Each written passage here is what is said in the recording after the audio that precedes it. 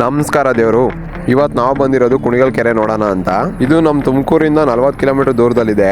ನಮ್ಮ ಕುಣಿಗಲ್ ಕೆರೆಯು ಹಲವಾರು ಶತಮಾನಗಳನ್ನು ಕಂಡಿದೆ. ಈ ಕೆರೆಯು ಕರ್ನಾಟಕದ ಪ್ರಖ್ಯಾತಿಯಾದ ಜಾನಪದ ಹಾಡೊಂದು ಸಹ ಈ ಕೆರೆಯು ಹೊಂದಿದೆ. ಈ ಸಾಂಗ್ನ ನೀವು ಎಲ್ಲರೂ ಕೇಳಿದ್ದೀರಾ. ಮೂಡಲ್ ಕುಣಿಗಲ್ ಕೆರೆ ನೋಡೋರ್ಗೊಂದೈ ಭೋಗ, ಮೂಡಲ್ ಕುಣಿಗಲ್ ಕೆರೆ ನೋಡೋರ್ಗೊಂದೈ ಭೋಗ. ಮೂಡಿ ಬತ್ತಾನೆ ಚಂದಿರಮ್ಮ ತಾನಂದನ್ನು, ಮೂಡಿ ಬತ್ತಾನೆ ಚಂದಿರಮ್ಮ.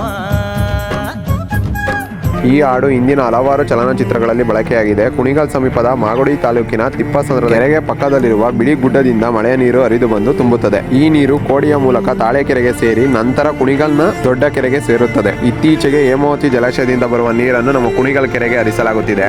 ಇದು ನಮ್ಮ ಕುಣಿಗಲ್ ಕೆರೆಯ ಇತಿಹಾಸ. ಈ ವಿಡಿಯೋ ಇಷ್ಟ ಆದರೆ ಲೈಕ್ ಮಾಡಿ, ಶೇರ್ ಮಾಡಿ ಮತ್ತೆ ಸಪೋರ್ಟ್ ಮಾಡಿ. ನನ್ನೆಲ್ಲ ಇಷ್ಟ ದೇವರುಗಳಿಗೂ ಬಾಯ್.